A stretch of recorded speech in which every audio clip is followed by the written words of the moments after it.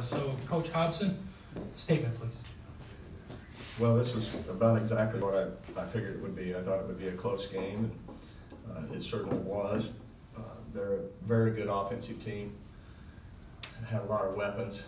They're tough off the dribble.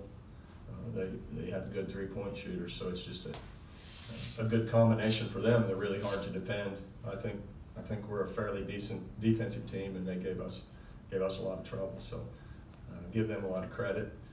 I thought our kids hung in there.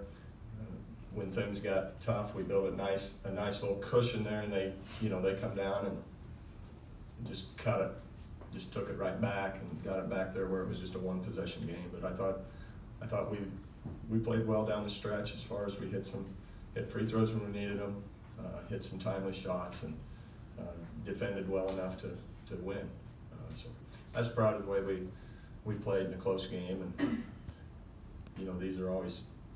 There's a lot of pressure on these guys because they know if they don't win, they're done. So it's a little more than the conference tournament where you might be in the NCAA tournament anyway.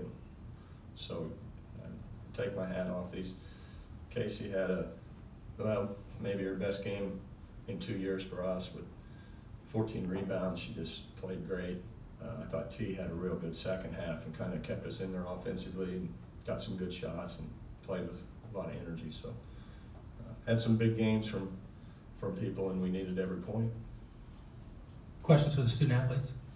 Casey, Coach mentioned the big game today. Did anything feel different warming up today here in the South Dakota? Not really, honestly. In warm-ups, I wasn't hitting much, but obviously in the game, it felt pretty good. So just kept on shooting, I guess. And the big rebounding number, what was difference on the rebounding side, or did the ball just find you? My girls didn't really crash that much, so I was able to just get down there and get all the boards I could. So. Tatiana, every time that you guys would get a 8-9 point lead, all of a sudden here comes Southwestern Oklahoma State. Did this game feel tight? Did it ever feel comfortable at all? Comfortable? No, not really. There was times where I felt like each possession we came down there, we were able to score, and I mean, in a way that kind of felt a little comfortable, but then they'd come back and we just really had to concentrate defensively, and yeah. Did this team remind you at all of the Pitt State, just in the way that they like to shoot threes, and at any point they get open, they're firing away? Yeah. Yeah, it reminded me a lot like Pitt. They do a lot of dribble drive, and then they had three-point shooters, and so it was really hard to defend, but I think we did a good job just talking and communicating and just being out there and defending especially. I thought we did way better in this game than we have in the whole NIAA tournament, so I was happy to see my team, go out there and get those boards and just really concentrate on the game. Casey, are there ever more nerve-wracking 0.7 seconds in your basketball career when you're in a timeout trying to figure out what they're going to do? 0.7, you just got to get it and shoot real fast, so that's kind of like relieving, I guess, to know that. But, there's always tension in there. If they tie it, then who knows? That's a lot of momentum for them. But we did get on switching out and stuff like that. So. Anything else? You guys finished plus 13 on the boards today. How critical was that with a three-point shooting team? A lot of times you get long rebounds. Tony, talk about that a little bit, how critical that was. Unfortunately, about 3 or 4 of those were missed layups that we rebounded of our own. Yeah.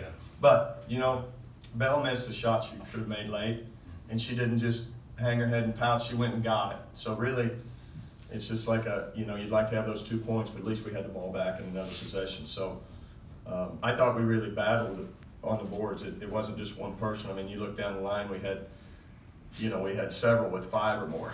So it's got to be a group effort because a lot of time your bigs are in there tangled up, trying to block off, and they can't chase the ball down. So you have to have your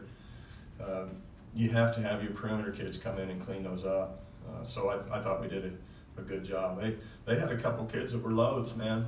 I don't know how you pronounce her name. Is it Aska? 21? Yes. When you ask if they were like Pitt, they run the same thing Pitt does, except they've got better offensive players. 21's really hard to. She got in the lane. She could jump over us and finish. So she was a load, and then obviously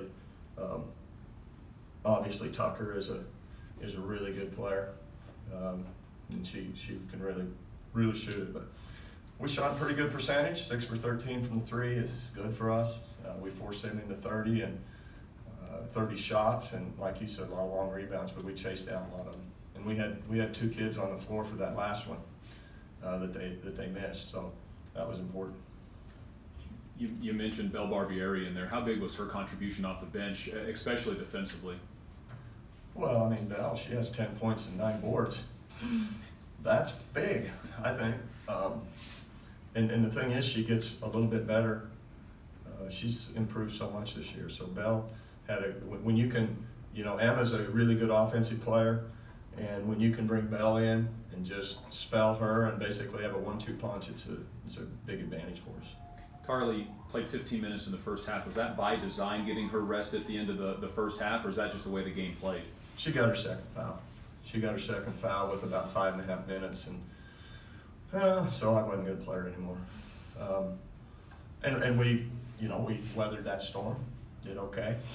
Obviously, I'd rather have her in there, but no, it wasn't by design, but it probably did help her down the stretch that she didn't play that extra 5.5 minutes. We'd like to have her on the floor.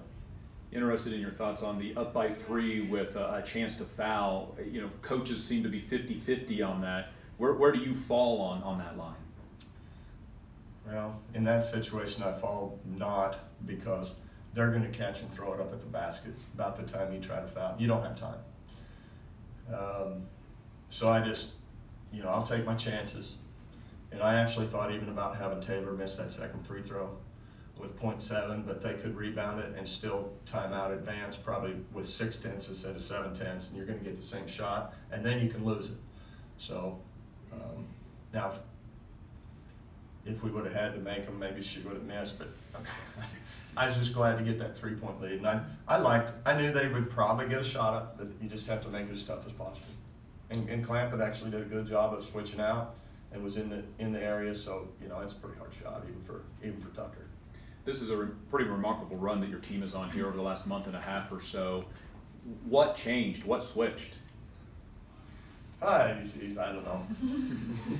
You know, it's also mental that I think somewhere along the line, a few kids just decided that, you know, they're good enough to play at this level, and all of a sudden, you know, Beth starts playing a little better, and Clampett's helped us off the bench and starts playing a little better. Taylor Rolfs, and I think it's been our bench contribution. But again, I think these guys, you know, sometimes you just win stuff because you don't know when to quit. And these guys have came back and hung in there, and you just got to give them credit, because we're not very pretty. I mean, not literally, I'm sorry. Some of the stuff we do on the floor is not, but we hang in there and just keep scrapping and find a way to win. So yeah, we've had some big wins in the last 6 weeks, some big ones against good teams. All right, thank you guys.